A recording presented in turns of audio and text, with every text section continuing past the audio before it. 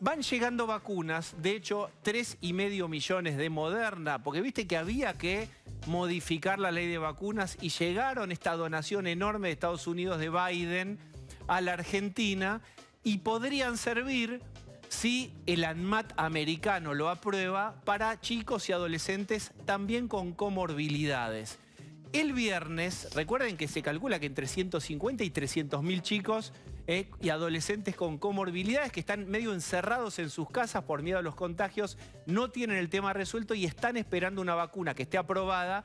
Podría ser la de Moderna. Pero miren ustedes lo que ocurrió el viernes frente a la Casa Rosada. Bueno, en un ratito se los voy a mostrar una manifestación de papás y mamás que están pidiendo, por favor, que esto se haga rápido. Este es el primer tema del que vamos a hablar, porque vamos a hablar en un ratito nomás, cuando me diga la producción, con una patóloga infantil que estuvo reunida con Carla Bisotti en Inglaterra hace muy poquito tiempo, días nomás, y le hizo fuertes recomendaciones. Ella, me refiero a Marta Cohen, a Carla Bisotti, entre otras cosas, sobre qué hacer con esta población de chicos y chicas con condiciones particulares, con comorbilidades. Ahí están los papás y mamás reclamando por el riesgo de todos ellos, que más allá de la letalidad o no, tienen su vida restringida, no pueden salir de sus casas por el temor al contagio. Vamos en un ratito a hablar, este es verdaderamente un tema, esta es una voz que no venía siendo escuchada. Y recuerdan, como dijimos, los padres organizados pusieron en el tablero, pusieron en la conversación pública el tema de las clases y fue muy valioso lo que hicieron. Son un emergente de la pandemia. Estos papás y mamás también merecen el reconocimiento. Marta Cohen, desde Inglaterra, vamos a hablar con ella, es patóloga infantil, se volvió una referencia muy escuchada, muy activa en redes, con mucha capacidad pedagógica. Hola Marta, ¿cómo estás? Hola, ¿cómo están ustedes? Te estamos jodiendo, esa es la palabra técnica, porque ¿qué hora es? Vos te estás por ir a dormir y la gente pesada de Argentina quiere tu opinión. ¿Qué hora es ahí? Sí, son las 12 de la noche. La familia está diciendo, mucho más, Marta, nos vas a tener con esto. Me pongo serio. Te reuniste con la ministra Bisotti hace poquitos días, ¿verdad? Sí, mira, el lunes me llegó una invitación oficial de la embajada invitándome a una cena en honor a la ministra y a Cecilia Nicolini. Y bueno, fui el miércoles, viajé 3 horas y media para reunirme 2 horas y media y regresé 3 horas y media a Sheffield, donde yo resido, porque estoy a 180 kilómetros de Londres. Y bueno, fue una reunión muy interesante, muy relajada, hablamos de todo, sin protocolo, hablamos de las vacunas de los chicos. La ministra me expresó que seguían trabajando para tratar ¿cómo podría explicar? De destrabar el problema con el contrato con Pfizer, pero de cualquier manera que ya estaban llegando las vacunas de Moderna, como llegaron. Sabemos que ya se están por aprobar en niños de a partir de los 3 años. Próximamente ya está todo terminado. Es una cuestión de tiempo nada más. También hablamos, ella me manifestó que no hay ninguna duda en que estos 100.000 niños o quienes sean vulnerables hay que vacunarlos, cosa que estuvimos completamente de acuerdo. Y me hizo una pregunta ella muy interesante, porque me dice, ¿qué te parece vacunar a los hermanos de los chicos vulnerables? Le digo, bueno, la realidad es sí, también hay que vacunarlos. Así que creo que eso también va a ser una iniciativa muy interesante. Pero entonces ya hay una definición, digamos, apenas se destrabe esta vacuna de Moderna, ¿van a vacunar a los hermanos también de los chicos con comorbilidades? ¿Es como casi un hecho? Eso entendí que era la intención. Eso entendí yo que era la intención, porque de la pregunta que me hizo fue ¿qué pasa con los hermanitos? Y yo le dije, bueno, yo tengo un hijo especial, y a mi hija la hubieran llamado antes a vacunarse si ella hubiera querido. Igual acá vino todo tan rápido que no hubo necesidad, pero a los convivientes de los vulnerables de cualquier edad los vacunan antes, porque son los que viven con el grupo de riesgo.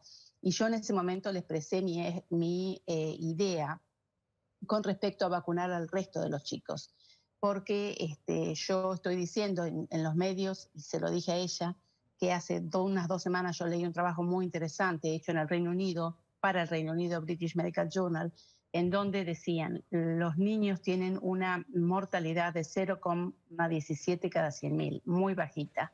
Los niños que no tienen comorbilidades. Entonces, lo próximo es, debemos vacunar a todos los niños cuando esté aprobada la vacuna, que ya para el Reino Unido tenemos Pfizer y está aprobada, o debemos dar esas vacunas para que se vacunen los adultos con 2 dosis, porque son los adultos los que se enferman, los que se usan más la terapia intensiva, la saturan, los que fallecen, los que dan lugares a nuevas variantes. Entonces yo le digo, ese artículo me hizo cambiar mi visión. Si tuviéramos en este momento 14.000 millones de dosis de vacunas para vacunar a todos, no hay duda, los chicos tienen que vacunarse.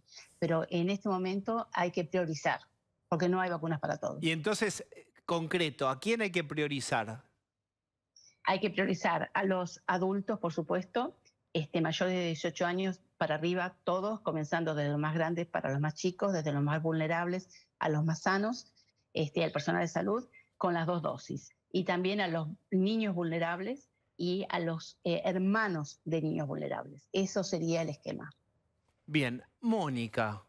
Hola Marta Cohen, ¿cómo le va? Alguna vez Hola. hemos hablado. ¿Usted habló algo con la ministra de cómo sería el orden de prelación? Porque están llegando vacunas para inmunizar de manera con el esquema completo a 1.750.000, creo, ¿no? Porque son 3,5 millones de dosis. Sí, exacto.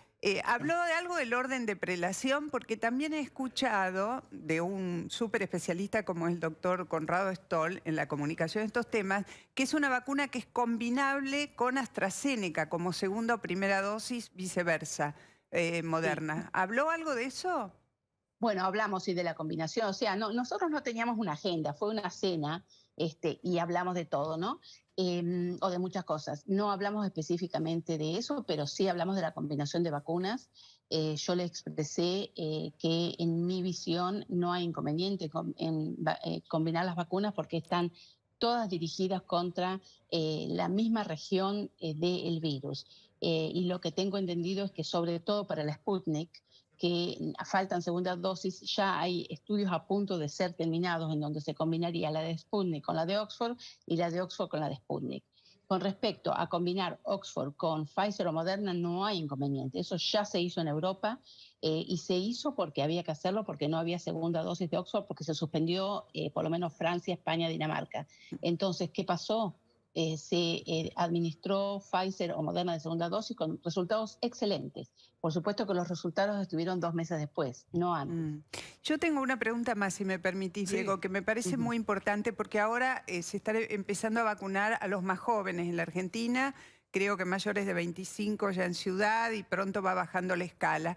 Y hay muchos chicos jóvenes y chicas jóvenes que están absolutamente preocupados por un tema que ha circulado y yo que entiendo que es una fake o no necesariamente, que es que podría afectar fertilidad o que podría incidir en las células germinales en el caso de los óvulos de las mujeres. Las vacunas de ARN mensajero, a eso me refiero. No, es verdad que salió eso porque a mí me lo preguntaron de algún medio. Específicamente con las vacunas sintéticas, Pfizer o Moderna, se ha descrito alteraciones transitorias del ciclo menstrual, en donde las chicas tienen un poquito más de sangrado, algunos dolores más importantes. Eso venía junto con lo que usted dice, Mónica, de alteraciones de las células germinales y demás. Entonces yo hice una búsqueda, no en los diarios, sino en la ciencia, y encontré, esto fue el viernes, una noticia del Colegio de Obstetricia y Ginecología del Reino Unido, en donde hacían explicación de que sí, en los trastornos del ciclo menstrual temporarios, con mayor sangrado, por ejemplo, y dolores abdominales luego de la vacuna, era un efecto colateral sin ninguna complicación y que no había más que eso. No afectaría de ninguna manera ni las células germinales ni nada, o sea que al contrario. Y en este momento estamos viendo que con la variante Delta son muchos los chicos jóvenes que están internándose, siendo admitidos en los hospitales. Bien, a mí me gusta... O sea, la recomendación es que se vacunen. Sí, como si fuera el cine, como hay gente que va llegando y se va sumando y no cuando arrancó la película, les cuento qué estamos viendo y es una conversación con Marta Cohen, que es muy importante, es una patóloga infantil, vive hace muchos años en Inglaterra, investiga con mucho éxito allí y es muy escuchada y se juntó la semana pasada con Carla Bisotti, la ministra. Ahí ella misma, digamos, le dio alguna recomendación, alguna mirada. Y digo algo más, que está en el vagón de adelante, es decir, está en un país que está adelantado al ciclo del virus, entonces tiene la ventaja de ir viendo cómo se está comportando el virus. Por eso esta conversación es especialmente importante y veníamos queriendo hablar con Marta hace tiempo. Y hay una noticia para sumar a esta conversación que tiene Pablo. A ver, y la vamos a compartir con la doctora y también para ver qué nos dice ella, pero mañana el gobierno espera que la FDA en Estados Unidos comunique qué día de la semana va a decir que la vacuna de Moderna está autorizada para niños de 12 a 17 años. Al conocerse esta noticia, que sería esta semana que empieza hoy, la ANMAT, o sea, la autoridad argentina, automáticamente autorizaría esto. Entonces, este número de vacunas que recién mencionaba Mónica estaría dedicada a chicos de edades entre 12 a 17 años. Y eso es una excelente noticia, pero puedo decir algo, además, porque en Argentina están dando a las mujeres embarazadas Sinopharm, Oxford, Sputnik. Esas no son las vacunas recomendables. Si hay Moderna, si hay una vacuna sintética como Moderna o Pfizer, esas son las que hay que administrar a las embarazadas. Las embarazadas llevan un niño en el vientre y son las vacunas sintéticas y las embarazadas son personas de riesgo. Pero entonces, espera, Marta, ¿qué puede ¿ya se dieron esas vacunas? ¿Se están dando, Adri, a embarazadas No en acá? Argentina, no en Argentina, pero si ahora va a haber Moderna, esas vacunas, yo recibo en mis redes, de paso si lo puedo decir, @drmartacohen, ahí constantemente recibo y pedidos. Entonces, ahora que está la vacuna Moderna, esa vacuna no es solamente para los niños, hay otros grupos de riesgos que se benefician recibiendo esta vacuna. Una son las personas, las mamás embarazadas, sobre todo si está antes de las 30 semanas de gestación, porque al tener anticuerpos ellos le van a pasar anticuerpos al bebé. Las mamás que están amamantando también, porque le van a pasar los anticuerpos por la leche materna. Y otras son las personas que tienen enfermedades autoinmunes. Por ejemplo, lupus, enfermedad de Sjögren, artritis reumatoidea, tiroiditis, cualquier enfermedad autoinmune, la recomendación es la vacuna sintética. ¿Por qué? Porque ustedes saben de la muy baja incidencia de trombosis, por ejemplo, con la vacuna de Oxford o con la vacuna de Janssen. ¿Eso por qué sucede? Sucede porque esa vacuna en personas que tienen trastornos autoinmunitarios, que a lo mejor ellos no lo saben, desarrollan una activación autoinmunitaria de las plaquetas y uno en 1.000.000 pueden desarrollar la trombosis. Bueno, por eso es que todas estas personas, las vacunas recomendadas son las sintéticas. Ahora están en la Argentina, entonces, bueno, subamos un escaloncito más para lo que están haciendo los países, bueno, con opciones a vacuna en los países de Europa, ¿no es Adri. cierto? Sí, usted tiene mucho conocimiento de lo que está pasando en Europa y también de lo que pasa en Argentina y sabe que se decidió dar más primeras dosis a más personas y no 2 dosis. ¿Pudo hablar esto con la ministra? Es decir, ¿cuándo va a revertirse esta situación y empezar a dar la segunda dosis a las personas de riesgo? Sí, eso se habló. Le soy sincera, cuando aquí surge en el mes de la variante alfa y se comienzan a desarrollar, a separar las 2 dosis de la vacuna, yo transmití al gobierno de Argentina esa importancia de dar más cantidad de dosis en primera dosis para poder vacunar más cantidad de gente. Eso yo mismo me encargué de que el gobierno lo supiera. Se puso en marcha, completamente de acuerdo. Ahora cambió el paradigma. Eso ya es obsoleto y hay que cambiar la estrategia. La ministra, según lo que ella me expresó, está en un pleno conocimiento de la importancia de seguir vacunando y que con una sola dosis hay una inmunidad menor, mucho menor que con 2 dosis. Y también inclusive hablamos del hecho de que a ella le habían dicho que ella dijo que las vacunas no se vencen, cuando en realidad, bueno, yo le dije que en ese momento yo me comuniqué con el profesor Pollard, con quien yo sé que ella se reunió en el día jueves, se iba a reunir, y el profesor Pollard, que es el genio detrás de la vacuna de Oxford, él me manifestó que si bien lo ideal es dar las 2 dosis en tiempo y forma, las personas que tienen una dosis y la segunda dosis a lo mejor se dio 7 meses después, que no es lo adecuado, el sistema inmune cuando le dan la segunda dosis, va a despertar esas células de inmunidad celular que están dormidas en los ganglios linfáticos, en la médula ósea, y va a volver a hacer una respuesta inmune. Por supuesto, la inmunidad final a lo mejor no es tan adecuada como cuando se dan en tiempo y forma. Pero bueno, lo que yo entendí es que las vacunas están llegando. Una cosa importante que entendí es que se está haciendo, ella también viajó con la asesora presidencial para hacer el convenio con Oxford AstraZeneca para discutir de qué manera se puede hacer no solamente la producción en Argentina, sino además el envasado de las vacunas de Oxford AstraZeneca en Argentina. Eso se estaba trabajando y eso es fantástico.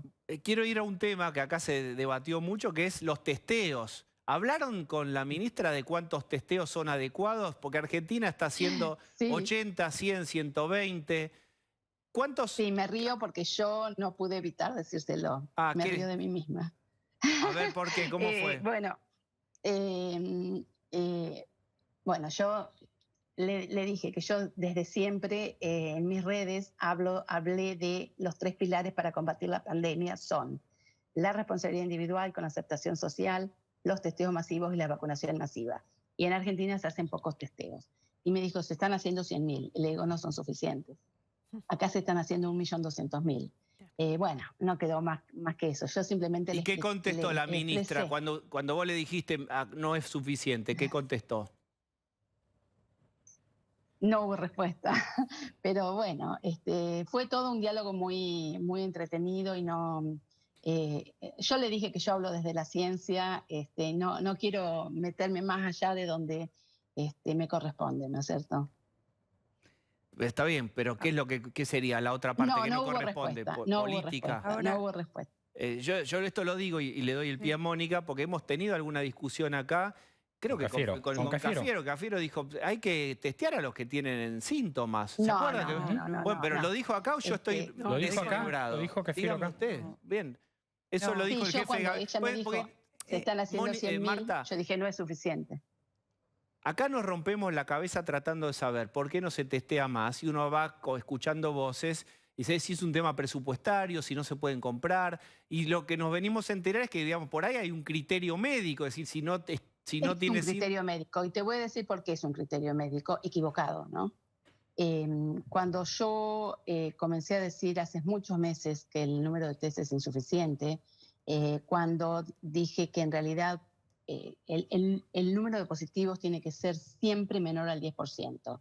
Entonces, si vos tenés un número de positivos que es el 20%, el 30%, el 35%, quiere decir que se escapan 3 de 4 o 2 de 3, ¿no es cierto? Esas personas siguen contagiando, no lo saben, los contactos tampoco, el análisis genómico de los positivos no se hace porque ni siquiera sabe que son positivos, entonces la bola de nieve sigue aumentando. Entonces yo en ese momento, hace muchos meses, el 2020, dije en un medio que lo que pasa es que, bueno, en Argentina no hay capacidad para hacer testeos.